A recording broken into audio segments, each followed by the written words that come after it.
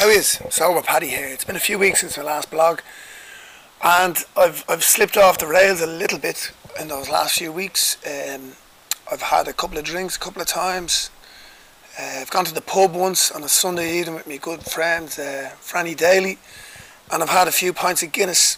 And I had no intention really of drinking. I just simply went to the pub, Dirty Nelly's in Paddington in Sydney, great Irish boozer.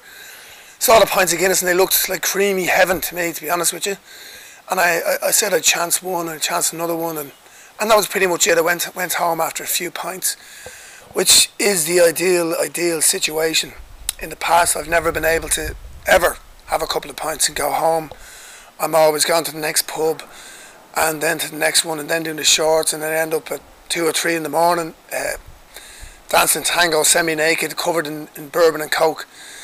So for me it was a real triumph. The goal of this whole experience is to be sober in the world and not to let alcohol take over.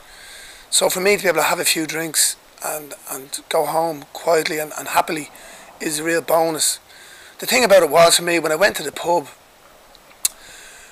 and I saw the lads drinking, I just felt that need to fit in with everybody else. It's a horrible and a beautiful thing at the same time, because what it is a further development of the sort of peer pressure. Even though nobody asked me to drink, nobody said anything, there is that unwritten assumption that almost that there's something wrong with you if you don't drink. And one of my good friends emailed me about it there during the week and said, what can you do about these people who think that there's something wrong with you, almost that you're not drinking? They have certain ideas about you if you're not drinking. All I can say really is that it's a bigger manifestation of when you're growing up and your peer pressure group have you out drinking cans and drinking bottles, and you take drugs or whatever it is to fit in with everybody else. And that just extends further on into today's world and into the pub world.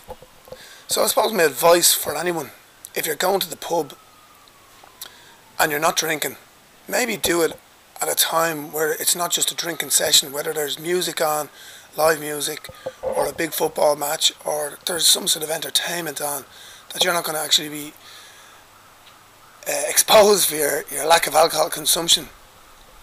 The other thing is for drinkers, if somebody comes along and they're not drinking, give them a break, you know. Don't take the piss out of them. I do it myself. I'm a bar manager at the moment, and I do it every day. If someone comes in and order a light beer, I'll give them the eyebrows, you know, as if to say, well, what's wrong with you? Or I might actually verbally ridicule somebody. Maybe I shouldn't do that as much, but I think it's just part of that experience of a non-drinker. It is tough. You do put yourself on a pedestal almost, and for no other reason than you want to be healthy and not to have a sore head in the morning maybe, or you want to get fit. But you do put yourself out there. So my final bit of advice is that if you are not drinking, you have to be really strong. You have to be very together and very composed and very focused really on what you're doing. You're not drinking, and that's it. You're not a rapist. You're not doing any crazy thieving. You're not doing anything out of the ordinary. You're just not drinking alcohol. No one's going to die in the morning if it happens. Nothing happens apart from the fact that you don't quite get on the same level of intoxication as everyone else.